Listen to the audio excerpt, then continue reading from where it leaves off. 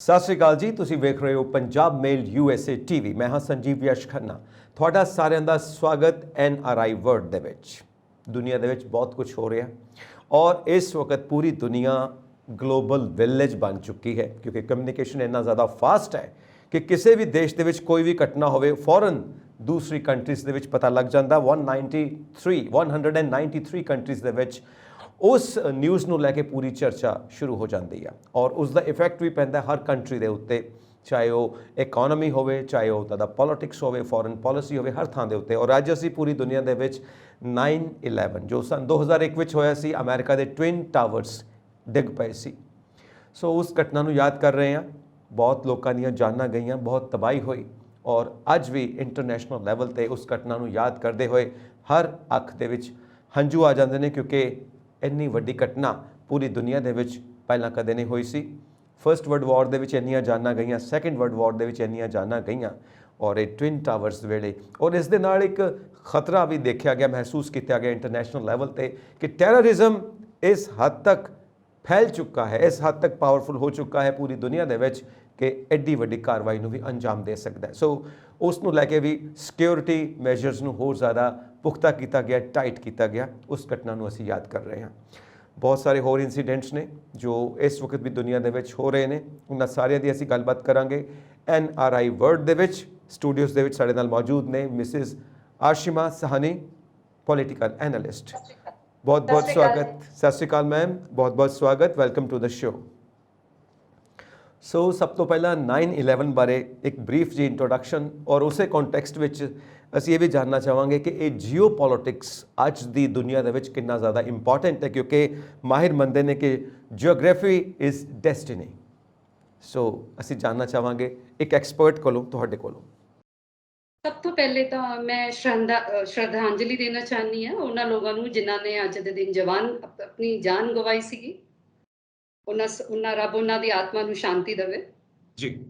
ਹੁਣ ਤੁਸੀਂ ਗੱਲ ਕੀਤੀ ਹੈ ਜੀਓ ਪੋਲਿਟਿਕਸ ਨੂੰ। ਅਸੀਂ ਜੀਓ ਪੋਲਿਟਿਕਸ ਦੇ ਪਰਸਪੈਕਟਿਵ ਨਾਲ ਇਹਨੂੰ ਅਸੀਂ ਕਿੱਦਾਂ ਦੇਖੀਏ, ਉਸ ਤੋਂ ਪਹਿਲੇ ਸਾਨੂੰ ਲੋੜ ਹੈ ਸਮਝਣ ਦੀ ਕਿ ਆਫਟਰ ਆਲ ਜੀਓ ਪੋਲਿਟਿਕਸ ਹੁੰਦਾ ਕੀ ਹੈ। ਜੀ, ਜੀਓ ਪੋਲਿਟਿਕਸ ਦਾ ਮਤਲਬ ਹੁੰਦਾ ਹੈ ਜਦੋਂ ਜੀਓਗ੍ਰਾਫਿਕਲ ਫੈਕਟਰ ਕਿਸੇ ਵੀ ਸਟੇਟ ਬਿਹੇਵੀਅਰ ਨੂੰ ਇਨਫਲੂਐਂਸ ਕਰਦੇ ਆ ਉਹਦੇ ਫੋਰਨ ਪਾਲਿਸੀ ਨੂੰ ਡਿਜ਼ਾਈਨ ਕਰਨ ਲਈ, ਉਹਨੂੰ ਅਸੀਂ ਜੀਓ ਪੋਲਿਟਿਕਸ ਕਹਿੰਦੇ ਹਾਂ। ਜੀ। ਹੁਣ ਤੁਸੀਂ ਗੱਲ ਕੀਤੀ ਹੈ ਸੈਪਟੈਂਬਰ 9/11 ਅਟੈਕਸ ਦੀ 2001 ਚ ਜਿਹੜੇ ਹੋਏ ਸੀਗੇ, ਕਿ ਉਹਨੂੰ ਅਸੀਂ ਜੇ ਜੀਓ ਪੋਲਿਟਿਕਸ ਦੀ ਪ੍ਰਿਜ਼ਮ ਤੋਂ ਦੇਖਣਾ ਹੋਵੇ ਤੇ ਕਿਵੇਂ ਦੇਖੀਏ। ਹਾਂਜੀ, ਇਹ ਬੜੀ ਹੈਰਾਨ ਕਰਨ ਦੇਣ ਵਾਲੀ ਗੱਲ ਹੈ ਕਿ ਜਿਨ੍ਹਾਂ ਨੇ ਅਟੈਕ ਕੀਤਾ ਉਹ ਦੁਨੀਆ ਦੇ ਕਿਸੇ ਦੂਸਰੇ ਐਂਡ ਤੇ ਬੈਠੇ ਹੋਏ ਸੀ ਤੇ ਜਿੱਥੇ ਅਟੈਕ ਹੋਇਆ ਉਹ ਦੁਨੀਆ ਦਾ ਕੋਈ ਦੂਸਰਾ ਐਂਡ ਸੀ। ਜੀ। But with the help of technology ਇਹ ਵਾਲੇ ਡਿਸਟੈਂਸ ਨੂੰ ਵੀ ਖਤਮ ਕਰ ਦਿੱਤਾ ਗਿਆ। ਇਸ ਘਟਨਾ ਨੇ ਕੀ ਕੀਤਾ, ਜੀਓ ਪੋਲਿਟਿਕਸ ਨੂੰ ਵੀ ਇੱਕ ਨਵੇਂ ਪਰਸਪੈਕਟਿਵ ਤੋਂ ਦੇਖਣ ਲਈ ਸਕਾਲਰਸ ਨੂੰ ਮਜਬੂਰ ਕਰ ਦਿੱਤਾ। ਜੀ। ਵੈਸੇ ਤੇ ਇਹ ਇੱਕ ਬੜੀ ਨਾਰਮਲ ਜੀ ਗੱਲ ਹੈ ਕਿ ਕੋਈ ਵੀ ਜਦੋਂ ਚੀਜ਼ ਆਉਂਦੀ ਹੈ ਉਹ with the passage of time ਬਦਲਦੀ ਰਹਿੰਦੀ ਹੈ ਔਰ ਉਹਦਾ ਸਿਨੈਰੀਓ ਚੇਂਜ ਹੁੰਦਾ ਰਹਿੰਦਾ ਹੈ। ਇਸੇ ਤਰ੍ਹਾਂ ਇਸ ਘਟਨਾ ਨੇ ਵੀ ਜੀਓ ਪੋਲਿਟਿਕਸ ਨੂੰ ਥੋੜਾ ਜਿਹਾ, ਉਹਨੂੰ ਸਮਝਣ ਦਾ ਤਰੀਕਾ, ਨਜ਼ਰੀਆ, ਉਹਨੂੰ ਥੋੜਾ ਇਫੈਕਟ ਕੀਤਾ।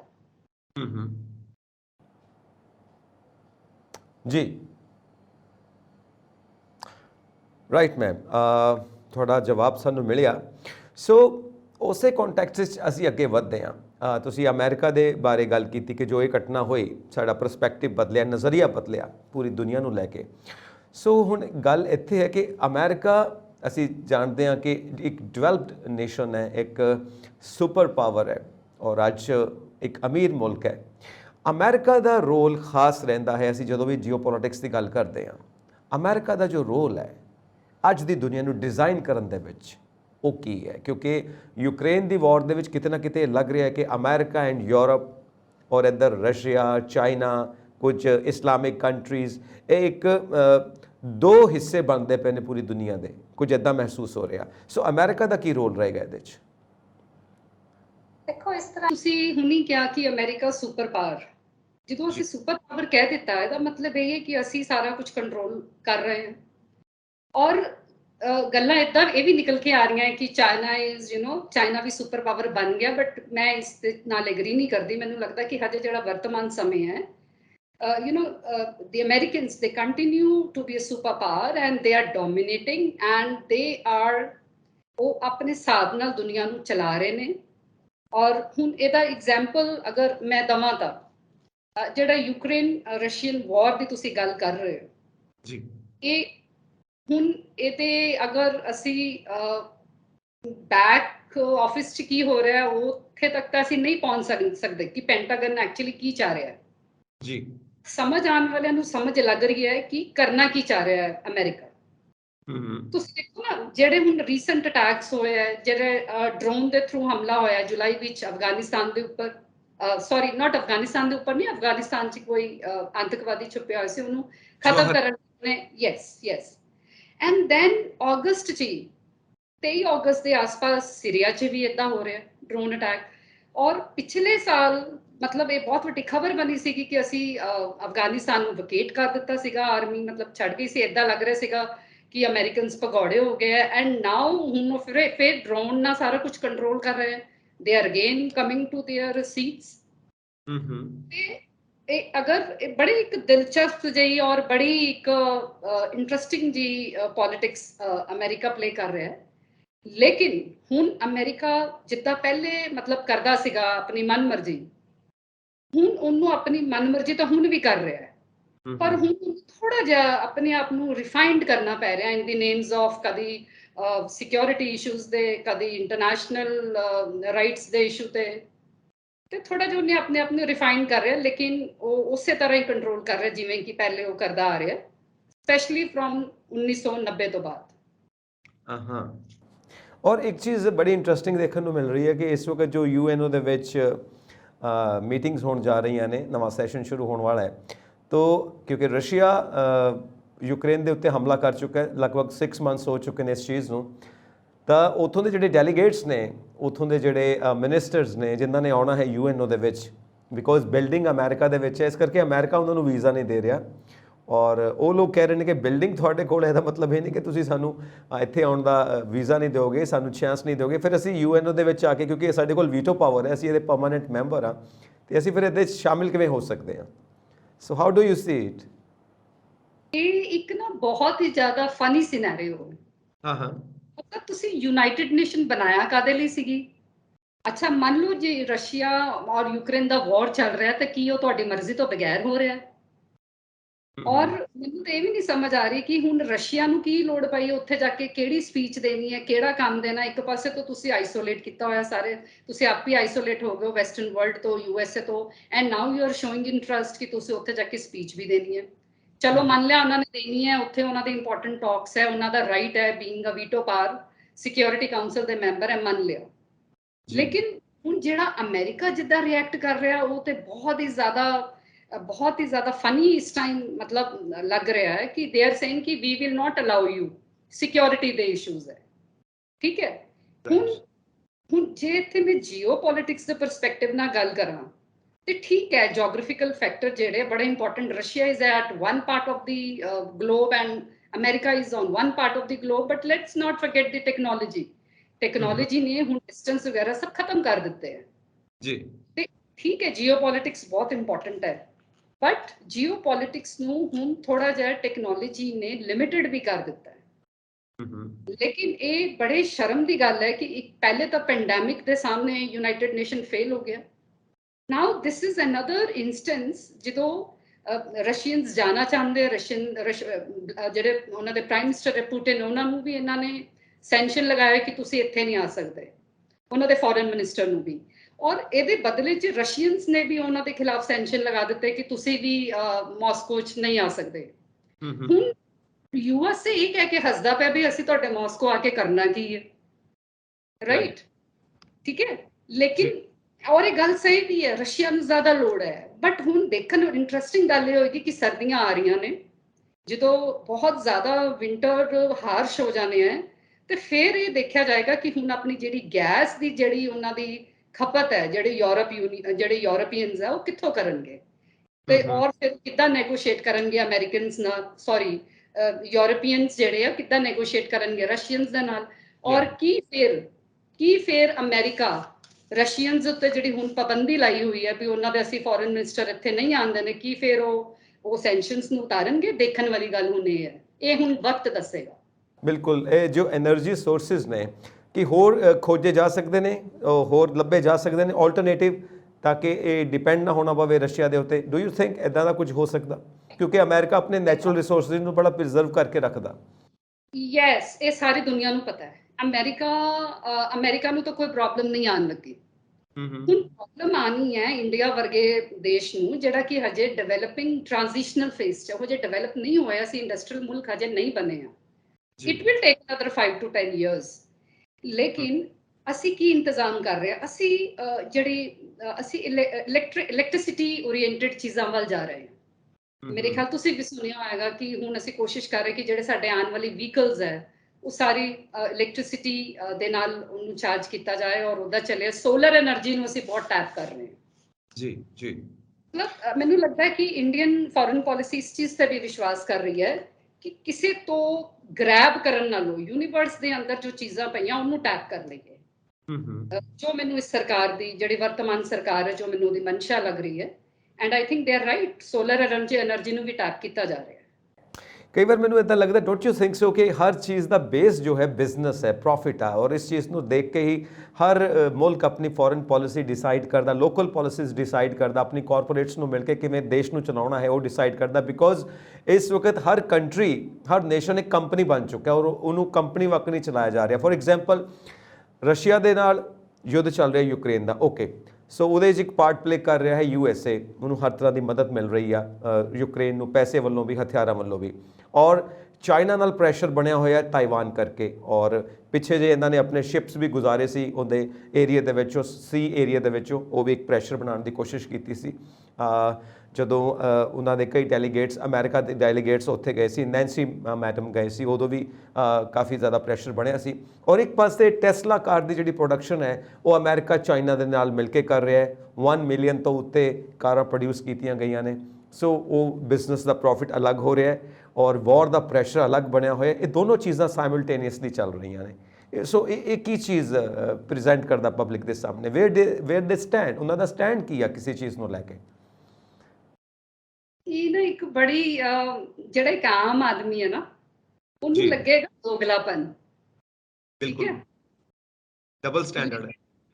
ਯੈਸ, ਹੋ ਕੀ ਰਿਹਾ ਹੈ ਕਿ ਜਿਹੜੇ ਪੋਲੀਟੀਸ਼ੀਅਨਸ ਹੈ ਜਾਂ ਸਟੇਟ ਕਰਾਫਟਮੈਨ ਹੈ ਜਾਂ ਡਿਪਲੋਮੈਟਸ ਨੇ ਜਾਂ ਫੋਰਨ ਪਾਲਿਸੀ ਮੇਕਰ ਹੈ, ਉਹਨਾਂ ਨੇ ਸ਼ਬਦਾਂ ਨੂੰ ਇੰਨਾ ਵਧੀਆ ਯੂਜ਼ ਕਰ ਲਿਆ ਨਾ ਕਿ ਓਕੇ, ਸਾਡੀ ਇਕਨੋਮਿਕਸ ਚੱਲਦੀ ਰਹੇਗੀ, ਬਟ ਇਕਨੋਮਿਕਸ ਨੂੰ ਅਸੀਂ ਹਾਰਮ ਨਹੀਂ ਹੋਣ ਦੇਵਾਂਗੇ, ਲੋਕਾਂ ਦੀ ਲਾਈਫ ਡਿਪੈਂਡ ਕਰਦੀ ਹੈ, but we will also fight.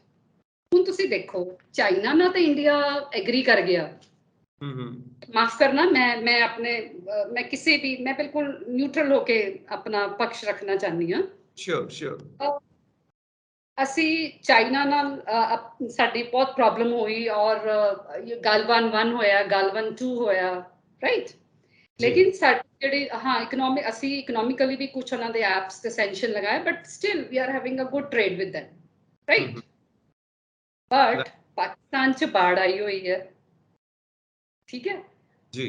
Pakistan ਵਾਲੇ ਦੇ ਵਾਂਟ ਹੈਲਪ, ਦੇ ਆਰ ਸੇਇੰਗ ਕਿ ਤੁਸੀਂ ਮਤਲਬ ਉਹ ਕਹਿ ਨਹੀਂ ਰਹੇ ਹੈ, ਔਰ ਇੰਡੀਆ ਵੀ ਕਿਉਂ ਹੈਲਪ ਕਰੇ? ਵਾਈ ਸ਼ੁਡ ਵੀ, ਹੈ ਨਾ? ਮਤਲਬ ਇੱਥੇ ਅਸੀਂ ਕਹਿ ਰਹੇ ਹਾਂ ਕਿ ਨਹੀਂ, ਅਸੀਂ ਕੋਈ ਟ੍ਰੇਡ ਨਹੀਂ ਕਰਨਾ, ਕੋਈ ਹੈਲਪ ਨਹੀਂ ਕਰਨੀ, ਬਿਕੋਜ਼ ਇਹ ਸਾਡਾ ਇੱਕ ਦੁਸ਼ਮਣ ਹੈ। ਇੱਥੇ ਇਹ ਵਾਲਾ ਫਾਰਮੂਲਾ ਫੇਲ ਹੋ ਜਾਂਦਾ। ਜੋ ਤੁਸੀਂ ਕਹਿ ਰਹੇ ਹੋ, ਉੱਦਾਂ ਅਮਰੀਕਾ ਔਰ ਚਾਈਨਾ ਬੜੇ ਵੱਡੇ ਦੁਸ਼ਮਣ ਹੈ, ਔਰ ਟੈਸਲਾ ਕਾਰ ਦਾ ਤੁਸੀਂ ਦੱਸਿਆ, ਇੱਦਾਂ ਹੀ ਇੰਡੀਆ ਔਰ ਚਾਈਨਾ ਦੀ ਬੜੀ ਪ੍ਰੋਬਲਮ ਹੈ, ਬਟ ਬਿਜ਼ਨਸ ਬਹੁਤ ਅੱਛਾ ਚੱਲ ਰਿਹਾ ਹੈ। ਲੇਕਿਨ ਜਦੋਂ ਪਾਕਿਸਤਾਨ ਵਰਗਾ ਮੁਲਕ ਆ ਜਾਂਦਾ ਹੈ ਔਰ ਇੰਡੀਆ, ਦੋਨਾਂ ਦੀ ਕੋਈ ਇਕੁਐਲਿਟੀ ਨਹੀਂ ਹੈ, ਇਕੁਅਲ ਸਟੇਟਸ ਨਹੀਂ ਹੈ, ਉੱਥੇ ਇਹ ਪ੍ਰਿੰਸੀਪਲ ਵੀ ਫੇਲ ਹੋ ਜਾਂਦਾ ਕਿ ਨਹੀਂ, ਇਕਨੋਮਿਕਸ ਇਜ਼ ਫਰਸਟ, ਹੈ ਨਾ? ਇਹਦਾ ਸਿੱਧਾ ਸਾਦਾ ਹੈ ਕਿ ਬੜਾ ਹੀ ਕਰੋਨੀ ਕੈਪੀਟਲਿਜ਼ਮ ਵਰਡ ਤਾਂ ਨਹੀਂ ਮੈਂ ਯੂਜ਼ ਕਰੂੰਗੀ, ਬਹੁਤ ਹੀ ਨੇਕਡ ਲੈਵਲ ਤੇ ਇਕਨੋਮਿਕ ਫੋਰਸਿਸ ਪਲੇ ਕਰ ਰਹੇ ਨੇ, which is, and excess of everything is bad. So chronic capitalism, ਇੱਕ ਸਟੇਟਮੈਂਟ ਮੈਨੂੰ ਯਾਦ ਆਉਂਦੀ ਹੈ ਕੈਪੀਟਲਿਜ਼ਮ ਦੇ ਉੱਤੇ। ਤੁਸੀਂ ਮੈਨੂੰ ਦੱਸੋਗੇ ਕਿੰਨੀ ਜਸਟੀਫਾਈ ਲੱਗਦੀ ਹੈ ਅੱਜ ਕੱਲ੍ਹ ਦੇ ਪਰਸਪੈਕਟਿਵ ਦੇ ਵਿੱਚ? ਵਾਟ ਦੇ ਸੇ ਕਿ capitalism does not produce anything but onus everything. Is it right? Yes, ਹਾਂ, ਲੇਕਿਨ ਜੇ ਤੁਸੀਂ ਮੈਨੂੰ ਹੁਣ ਜਸਟੀਫਾਈ ਕਰਨ ਲਈ ਕਹੋਗੇ, ਹੂੰ ਤੇ ਹੋ ਸਕਦਾ ਹੈ ਮੈਂ ਨਾ ਜਸਟੀਫਾਈ ਕਰ ਪਾਵਾਂ ਇਸ ਚੀਜ਼ ਨੂੰ। ਕਿਉਂਕਿ ਬੇਸਿਕਲੀ ਟ੍ਰੇਡ ਆ, ਹਰ ਚੀਜ਼ ਬਿਜ਼ਨਸ ਟ੍ਰੇਡ ਆ। ਤੁਸੀਂ ਮੈਨੂੰ ਦੱਸੋ ਕਿ ਅਸੀਂ ਇੰਨਾ ਪੈਸਾ ਕਮਾ ਕੇ ਕੀ ਹਾਸਿਲ ਕੀਤਾ? ਕੀ ਸਾਨੂੰ ਵਿਜ਼ਡਮ ਆ ਗਈ? ਕੀ ਅਸੀਂ ਯੁੱਧ ਕੀ ਲੜਾਈਆਂ ਹੋਣੀਆਂ ਬੰਦ ਹੋ ਗਈਆਂ? ਕੀ ਬਿਮਾਰੀਆਂ ਬੰਦ ਹੋ ਗਈਆਂ? ਤੁਸੀਂ ਮੈਨੂੰ ਦੱਸੋ, ਇੰਨਾ ਪੈਸਾ ਕਮਾ ਲਿਆ, ਮਤਲਬ ਅਮਰੀਕਾ ਨੇ ਇੰਨਾ ਕਮਾ ਲਿਆ, China is super power, India 5th ਮਤਲਬ ਇਕਨੋਮੀ ਨੰਬਰ 5 ਬਣ ਗਈ। ਬਟ ਅਲਟੀਮੇਟਲੀ ਜੋ ਇੱਕ ਆਮ ਇਨਸਾਨ ਨੂੰ ਸਾਫ਼ ਹਵਾ, ਸਾਫ਼ ਪਾਣੀ, ਇੱਕ ਅੱਛੀ ਹੈਲਥ, ਇੱਕ ਪੀਸ ਚਾਹੀਦਾ, ਕੀ ਅਸੀਂ ਉਹ ਦਿੱਤਾ ਕੈਪੀਟਲਿਜ਼ਮ ਨੇ? ਕਿ ਅਸੀਂ ਉਹ ਦੇ Yeah, quality of life is not there. ਹੈ ਨਾ? ਤੁਸੀਂ ਪੈਸਾ ਤਾਂ ਬਹੁਤ ਆ ਗਿਆ, ਤੁਸੀਂ ਪੈਸੇ ਨੂੰ ਖਾ ਤੇ ਨਹੀਂ ਨਾ ਸਕਦੇ। ਪੈਸੇ ਨਾਲ ਆਪਣੇ ਦਿਮਾਗ ਨੂੰ ਕਿੰਨਾ ਕੁ ਸ਼ਾਂਤ ਕਰ ਲਓ। ਪੈਸੇ ਨਾਲ ਤੁਸੀਂ ਖਰੀਦ ਸਕਦੇ ਹੋ, ਬਟ ਪੈਸੇ ਦੀ ਵੀ ਇੱਕ ਲਿਮਿਟੇਸ਼ਨ ਹੁੰਦੀ ਹੈ। ਇੱਕ ਵੈਲਿਊ ਸਿਸਟਮ ਚਾਹੀਦਾ ਸਾਨੂੰ, ਇੱਕ ਐਥਿਕਸ ਚਾਹੀਦੇ ਹੈ, ਜਿਹੜੇ ਕਿ ਹਿਊਮਨ ਬੀਇੰਗਸ ਨੂੰ ਥੋੜਾ ਸਟਰੈਂਥ ਦੇ ਸਕਣ, ਹਿਊਮਨ ਬੀਇੰਗਸ ਨੂੰ ਸਹਾਰਾ ਦੇ ਸਕਣ। ਪੈਸੇ ਦੇ ਸਹਾਰੇ ਦੇ ਨਾਲ ਨਾਲ ਸਾਨੂੰ ਐਥਿਕਸ ਔਰ ਵੈਲਿਊ ਸਿਸਟਮ ਦਾ ਵੀ ਸਹਾਰਾ ਚਾਹੀਦਾ ਹੈ। ਬਿਲਕੁਲ ਚਾਹੀਦਾ, ਵੈਲਿਊ ਸਿਸਟਮ ਚਾਹੀਦਾ। ਉਸੇ ਚੀਜ਼ ਨੂੰ ਮੈਂ ਇਹ ਕਹਿ ਰਿਹਾ ਸੀਗਾ ਕਿ ਕੈਪੀਟਲਿਜ਼ਮ ਹਰ ਚੀਜ਼ ਦੀ ਟ੍ਰੇਡਿੰਗ ਕਰਦਾ, ਹਰ ਚੀਜ਼ ਨੂੰ ਆਪਣੇ ਕਬਜ਼ੇ 'ਚ ਲੈ ਲੈਂਦਾ, ਔਰ ਮਿਹਨਤ ਆਮ ਲੋਕਾਂ ਦੀ ਹੁੰਦੀ, ਜੋ ਤੁਸੀਂ ਆਮ ਲੋਕਾਂ ਦੀ ਗੱਲ ਕਰਦੇ ਹੋ, ਔਰ ਪਾਲਿਸੀਜ਼ ਬਣਦੀਆਂ ਨੇ ਸਾਰੀਆਂ ਕੈਪੀਟਲਿਸਟ ਦੇ ਮੁਤਾਬਿਕ, ਔਰ ਆਮ ਲੋਕ ਫਿਰ ਵੀ ਸਰਕਾਰਾਂ ਵੱਲ ਦੇਖਦੇ ਨੇ, ਵੱਡੀ ਵੱਡੀ ਕਾਰਪੋਰੇਟਸ ਵੱਲ ਦੇਖਦੇ ਨੇ। So that is why I say ਕਿ ਪ੍ਰੋਡਿਊਸ ਕੁਛ ਨਹੀਂ ਕਰਦਾ, ਬਟ ਹਰ ਚੀਜ਼ ਦੇ ਉੱਤੇ ਕਬਜ਼ਾ ਕਰਦਾ ਹੈ ਕੈਪੀਟਲਿਜ਼ਮ, ਔਰ ਦੂਸਰੇ ਦੀ ਮਿਹਨਤ ਨੂੰ ਆਪਣੇ ਕੋਲ ਸਟਾਕ ਕਰਕੇ ਫਿਰ ਆਪਣੇ ਮੁਤਾਬਿਕ ਉਸ ਨੂੰ ਮਾਰਕੀਟ 'ਚ ਉਤਾਰਦਾ ਹੈ, ਉਹਦੀ ਡਿਮਾਂਡ ਨੂੰ, ਸਪਲਾਈ ਨੂੰ ਕੰਟਰੋਲ ਕਰਕੇ ਫਿਰ ਉਹਦੇ ਵਿੱਚੋਂ ਵੀ ਪ੍ਰੋਫਿਟ ਕਮਾਉਂਦਾ, because bottom line is profit. ਹਰ ਥਾਂ ਤੇ ਟ੍ਰੇਡ ਆ। ਸੋ ਆਪਾਂ ਅੱਗੇ ਵਧਦੇ ਹਾਂ। ਚਾਈਨਾ ਦਾ ਆਪਾਂ ਜ਼ਿਕਰ ਕਰ ਰਹੇ ਹਾਂ, ਇੰਡੀਆ ਦਾ ਜ਼ਿਕਰ ਕਰ ਰਹੇ ਹਾਂ ਆਪਾਂ, ਔਰ ਇੰਟਰਨੈਸ਼ਨਲ ਰਿਲੇਸ਼ਨਸ ਦਾ ਜ਼ਿਕਰ ਕਰ ਰਹੇ ਹਾਂ ਕਿ ਟੈਨਸ਼ਨ ਬਣੀ ਹੋਈ ਹੈ, ਫਿਰ ਵੀ ਟ੍ਰੇਡ ਚੱਲਦਾ ਪਿਆ। ਚਾਈਨਾ ਔਰ ਇੰਡੀਆ ਦਾ, ਕਿਉਂਕਿ ਸਾਡੇ ਨੇਬਰ ਨੇ, ਉਹਦਾ ਰਿਲੇਸ਼ਨਸ ਕਿੱਦਾਂ ਦਾ? ਬਿਕੋਜ਼ ਇੱਧਰ ਪਾਕਿਸਤਾਨ, ਇੱਧਰ ਚਾਈਨਾ, ਇੱਧਰ ਅਸੀਂ। ਸੋ ਚਾਈਨਾ ਔਰ ਪਾਕਿਸਤਾਨ ਨੂੰ ਕੰਟਰੋਲ ਕਰਨ ਵਾਸਤੇ ਸਾਨੂੰ ਸਿਆਚਿਨ ਦੇ ਵਿੱਚ -50 ਡਿਗਰੀ ਦੇ ਵਿੱਚ ਵੀ ਆਪਣੇ ਫੌਜੀ ਰੱਖਣੇ ਪੈਂਦੇ ਨੇ, ਕਿਉਂਕਿ ਜੇ ਉਹ ਇੱਕ ਟ੍ਰਾਇੰਗਲ ਜਿਹਾ ਟੁਕੜਾ ਹੈ ਸਿਆਚਿਨ, ਜੇ ਉਹ ਸਾਡੇ ਕਬਜ਼ੇ 'ਚ ਨਹੀਂ ਰਹਿੰਦਾ ਤਾਂ ਪ੍ਰੈਸ਼ਰ ਚਾਈਨਾ ਵੱਲੋਂ ਵੱਧ ਸਕਦਾ ਹੈ। ਪਾਕਿਸਤਾਨ ਦੇ ਨਾਲ ਮਿਲ ਕੇ ਜ਼ਿਆਦਾ ਪ੍ਰੈਸ਼ਰ, ਉੱਧਰੋਂ ਇੱਕ ਰਸਤਾ ਖੁੱਲ੍ਹ ਸਕਦਾ ਜੋ ਸਾਡੇ ਉੱਤੇ ਅਟੈਕਸ ਹੋ ਸਕਦੇ ਨੇ। ਸੋ ਉਸ ਕੰਟੈਕਸਟ ਦੇ ਵਿੱਚ, ਸਿਆਚਿਨ ਦੇ ਕੰਟੈਕਸਟ ਦੇ ਵਿੱਚ ਜੇ ਅਸੀਂ ਦੇਖਣਾ ਚਾਹੀਏ, ਚਾਈਨਾ ਨਾਲ ਸਾਡੇ ਕੀ ਰਿਲੇਸ਼ਨਸ ਨੇ ਔਰ ਪਾਕਿਸਤਾਨ ਕੀ ਪਾਰਟ ਪਲੇ ਕਰ ਰਿਹਾ ਉਹਦੇ ਵਿੱਚ? ਦੇਖੋ, ਇੱਦਾਂ ਹੈ ਕਿ this is purely geopolitical situation ਹੈ ਜਿਹੜੇ ਸਿਆਚਿਨ ਦੀ। ਆਪਾਂ ਜਦੋਂ ਸ਼ੁਰੂ ਕੀਤੀ ਸੀ ਗੱਲਬਾਤ, ਤੇ ਜੀਓਪੋਲਿਟਿਕਸ ਦੀ ਤੁਸੀਂ ਗੱਲ ਕੀਤੀ ਸੀ। ਜੀ ਜੀ। Now Siachen is really very important. Number one, not only important from the perspective of geopolitics, ਔਰ ਅਸੀਂ ਚਾਈਨਾ ਨੂੰ ਕੰਟਰੋਲ ਕਰ ਰਹੇ ਹਾਂ, ਜਾਂ ਸਾਨੂੰ ਇੱਕ ਐਜ ਮਿਲ ਜਾਂਦੀ ਹੈ ਪਾਕਿਸਤਾਨ ਨਾਲ ਜਦੋਂ ਅਸੀਂ ਕੰਪੈਰੀਜ਼ਨ ਕਰਦੇ ਹਾਂ, ਜੀ। But all over world, global level ਤੇ ਵੀ ਤਾਂ ਇਹਦੀ ਇੱਕ ਬੜੀ ਪ੍ਰੈਸਟੀਜ ਹੈ, ਕਿਉਂਕਿ ਦੁਨੀਆ 'ਚ ਹੋਰ ਕਿਤੇ ਇੱਦਾਂ ਦੀ ਮਿਲਟਰੀ ਕੰਟੋਨਮੈਂਟ ਜਾਂ ਪ੍ਰੋਟੈਕਟਡ ਬਾਈ ਮਿਲਟਰੀ, ਇੱਦਾਂ ਦਾ ਕਿਤੇ ਸਾਡੇ ਕੋਲ ਐਗਜ਼ਾਮਪਲ ਨਹੀਂ, ਨੋ ਪੈਰਲਰ। ਤੇ ਇਹ ਸਾਡੇ ਲਈ ਦੇਖੋ ਇੱਕ ਮਾਨਯੋਗ ਗੱਲ ਵੀ ਹੈ, ਇੱਕ ਫਖਰ ਦੀ ਗੱਲ ਵੀ ਹੈ, ਔਰ ਸਾਡੀ ਜਿਹੜੀ ਮਿਲਟਰੀ ਸਟਰੈਂਥ ਹੈ ਉਹਦਾ ਵੀ ਇੱਕ ਐਪੀਟੋਮ ਹੈ, ਜਾਂ ਮਤਲਬ ਉਹ ਵੀ ਇੱਕ ਰਿਫਲੈਕਸ਼ਨ ਹੈ ਸਾਡੀ ਮਿਲਟਰੀ ਸਟਰੈਂਥ ਦੀ। ਤੇ ਆਈ ਥਿੰਕ ਕਿ ਜਿਹੜੇ ਸਾਡੇ ਜਵਾਨ ਨੇ, ਜੋ ਸਿਆਚਿਨ 'ਚ ਜੋ ਉਹ ਕਰ ਰਹੇ ਹੈ, ਉਹ ਬਹੁਤ ਹੀ ਵੱਡਾ ਉਹਨਾਂ ਦਾ ਯੋਗਦਾਨ, ਇੱਕ ਇੰਡੀਆ ਨੂੰ ਇੱਕ ਅਲੱਗ ਸਟੈਚਰ ਦੇਣਾ। ਰਾਈਟ। ਸੋ ਸੇਮ ਕੰਟੈਕਸਟ ਦੇ ਵਿੱਚ ਅਗਰ ਆਪਾਂ ਪਾਕਿਸਤਾਨ ਵੱਲ ਆਉਂਦੇ ਹਾਂ, ਕਿਉਂਕਿ ਪਾਕਿਸਤਾਨ ਨੂੰ ਅਮਰੀਕਾ ਵੱਲੋਂ ਵੀ ਹੁਣ ਹੈਲਪ ਮਿਲ ਰਹੀ ਹੈ, 45,000 ਕਰੋੜ ਡਾਲਰ ਮਿਲ ਰਹੇ ਨੇ F-16 ਪਲੇਨਸ ਦੇ ਵਾਸਤੇ, ਔਰ ਉਧਰ ਹੜ੍ਹ ਵੀ ਆਏ ਹੋਏ ਨੇ, ਇੱਕ ਹੋਰ ਸਿਚੁਏਸ਼ਨ ਹੈ। ਮੈਂ ਤੁਹਾਨੂੰ ਟੋਕਣਾ ਚਾਹੂੰਗੀ, ਸੌਰੀ, ਮਤਲਬ ਹੁਣ ਹਿਊਮੈਨਿਟੇਰੀਅਨ ਏਡ ਦੀ ਜ਼ਿਆਦਾ ਲੋੜ ਸੀ। ਮਤਲਬ ਮੈਨੂੰ ਨਹੀਂ ਸਮਝ ਆ ਰਿਹਾ ਕਿ ਪਾਕਿਸਤਾਨ ਨੇ ਕਿਹੜਾ ਜੰਗ ਲੜਨੀ ਹੈ, ਕੀ ਕਰਨੀ ਹੈ, ਔਰ because of this F-16 plane India has moved out of Indo Pacific economic ਜਿਹੜਾ ਉਹਨਾਂ ਦਾ ਫੋਰਮ ਸੀ, ਇਟ ਹੈਜ਼ ਮੂਵਡ ਆਊਟ। ਔਰ ਫਿਰ ਅਮਰੀਕਨਸ ਦੇ ਨਿਊਜ਼ ਆਉਂਦੀ ਹੈ ਕਿ ਇੰਡੀਆ, ਮਤਲਬ ਇੰਡੀਆ ਨੂੰ ਇਹ ਕਨਵੇ ਕਰ ਰਿਹਾ ਕਿ ਤੁਹਾਨੂੰ ਇਹ ਡਰਨ ਦੀ ਲੋੜ ਨਹੀਂ ਹੈ, ਅਸੀਂ ਤਾਂ ਉਹਨਾਂ ਦੇ ਸਿਰਫ ਮੇਨਟੇਨੈਂਸ ਜਿਹੜੇ ਜੈਟਸ ਹੈ ਉਹਨਾਂ ਦੇ ਸਰਵਿਸਿਜ਼ ਦੇ ਰਹੇ, and they will pay for it. ਮਤਲਬ ਤੁਸੀਂ ਦੇਖੋ ਨਾ ਕਿੰਨੀ ਅਜੀਬ ਸਥਿਤੀ ਹੈ, ਉੱਥੇ ਹੜ੍ਹ ਆਏ ਹੋਏ, ਦੇ ਨੀਡ ਹਿਊਮੈਨਿਟੇਰੀਅਨ ਏਡ, ਨਾਟ ਦਿਸ ਪਲੇਨਸ। ਉਹਨਾਂ ਨੂੰ ਮਿਲਟਰੀ ਏਡ ਦਿੱਤੀ ਜਾ ਰਹੀ ਹੈ। ਆਫ ਕੋਰਸ ਹਿਊਮੈਨਿਟੇਰੀਅਨ ਏਡ ਤਾਂ ਚਲੋ ਜੇ ਦਿੰਦੇ ਤਾਂ ਅਸੀਂ ਮੰਨ ਲੈਂਦੇ, ਕਿ ਚਲੋ ਠੀਕ ਹੈ, ਬਟ ਇੰਡੀਆ ਨੇ ਬੜਾ ਅੱਛਾ ਸਿਗਨਲ ਦਿੱਤਾ ਹੈ।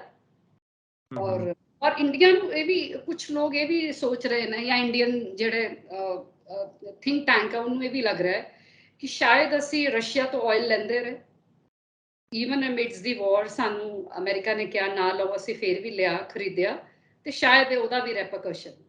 ਬਟ ਅਮਰੀਕਾ ਨੇ ਕਲੈਰੀਫਾਈ ਕੀਤਾ ਕਿ ਇਦਾਂ ਦੀ ਕੋਈ ਗੱਲ ਨਹੀਂ ਹੈ, ਅਸੀਂ ਇਹ ਸਾਡੀ ਪੁਰਾਣੀ ਡੀਲ ਸੀਗੀ, ਅਸੀਂ ਸਿਰਫ ਉਹਨਾਂ ਦੇ ਪਲੇਨਸ ਨੂੰ ਸਰਵਿਸਿਜ਼ ਦੇ ਰਹੇ ਹਾਂ, ਉਹਨਾਂ ਦੀ ਜਿਹੜੀ ਰਿਪੇਅਰ ਜਾਂ ਜੋ ਵੀ ਮੇਨਟੇਨੈਂਸ ਹੁੰਦੀ ਹੈ, ਵੀ ਆਰ ਡੂਇੰਗ ਦੈਟ। ਬਿਲਕੁਲ, ਇਹ ਤੋਂ ਅਮਰੀਕਾ ਨੇ ਵੀ ਮੰਨਿਆ ਕਿ ਰਸ਼ੀਆ ਦਾ ਸਾਡੇ ਨਾਲ ਪੁਰਾਣਾ ਟਾਈ ਅਪ ਹੈ, ਬਹੁਤ ਪੁਰਾਣੇ ਦੋਸਤ ਹਾਂ ਅਸੀਂ, ਨਾ ਸਿਰਫ ਅਸੀਂ ਤੇਲ ਲੈਂਦੇ ਹਾਂ, ਨੈਚੁਰਲ ਗੈਸ ਲੈਂਦੇ ਹਾਂ, ਅਸੀਂ ਵੈਪਨ ਵੀ ਲੈਂਦੇ ਹਾਂ, ਔਰ ਆਪਣੀ ਕੰਟਰੀ ਦੇ ਵਿੱਚ ਜੋ ਮੇਕ ਇਨ ਇੰਡੀਆ ਦੇ ਤਹਿਤ ਅਸੀਂ ਵੈਪਨਸ ਬਣਾ ਰਹੇ ਹਾਂ, ਉਹਦਾ ਵੀ ਅਸਰ ਜੋ ਹੈ ਅਸੀਂ ਲੈਂਦੇ ਹਾਂ ਰਸ਼ੀਅਨ ਟੈਕਨੋਲੋਜੀ ਤੋਂ। ਔਰ ਕਈ ਵਾਰ ਕਿਹਾ ਜਾਂਦਾ ਕਿ ਇੰਡੀਆ ਦੇ ਵਿੱਚ ਵੈਪਨਸ ਦੀ ਹੁਣ ਕਮੀ ਹੋਣ ਜਾ ਰਹੀ ਹੈ, ਬਿਕੋਜ਼ ਮੇਕ ਇਨ ਇੰਡੀਆ ਦੇ ਤਹਿਤ ਸਾਨੂੰ ਉਹ ਚੀਜ਼ ਦੇਖਣੀ ਪੈ ਰਹੀ ਹੈ। ਇਜ਼ ਇਟ ਰਾਈਟ ਕਿ ਸਾਡੇ ਕੋਲ ਵੈਪਨਸ ਦੀ ਕੋਈ ਕਮੀ ਹੋ ਸਕਦੀ ਹੈ ਮੇਕ ਇਨ ਇੰਡੀਆ ਕਰਕੇ? ਯੈਸ, ਇਹ ਇੱਕ ਨਾ ਨਿਊਜ਼ ਆਰਟੀਕਲ ਲੱਗਿਆ ਸੀ 3-4 ਦਿਨ ਪਹਿਲੇ ਦੀ ਗੱਲ ਹੈ, ਸ਼ਾਇਦ ਨਿਊਯਾਰਕ ਟਾਈਮਸ ਵਾਲਿਆਂ ਨੇ ਲਗਾਇਆ ਸੀ, ਜਿੱਥੇ ਇਹੀ ਕਿਹਾ ਗਿਆ ਸੀਗਾ ਕਿ because of Modi India will ਸਫਰ ਸ਼ਾਰਟੇਜ ਦਿਸ ਦੈਟ। ਹੁਣ ਇਹ ਜਿਹੜੀ ਸ਼ਾਰਟੇਜ ਆ ਰਹੀ, ਤੁਸੀਂ ਬਿਲਕੁਲ ਠੀਕ ਹੈ, ਯੈਸ ਇਹ ਸ਼ਾਰਟੇਜ ਹੈ। ਹਾਲਾਂਕਿ ਮੈਂ ਕਿਸੇ ਮਿਲਿਟਰੀ ਬੈਕਗ੍ਰਾਉਂਡ ਤੋਂ ਨਹੀਂ ਹਾਂ, ਬਟ ਜੋ ਵੀ ਮੈਂ ਪੜ੍ਹਦੀ ਹਾਂ ਜਾਂ ਸੁਣਦੀ ਹਾਂ, ਉਹਦੇ ਅਕੋਰਡਿੰਗਲੀ ਇਹ ਵਾਕਈ ਗੱਲ ਸਹੀ ਹੈ ਕਿ ਦੇयर ਇਜ਼ ਅ ਸ਼ਾਰਟੇਜ ਆਫ ਸੋ ਮੈਨੀ ਥਿੰਗ।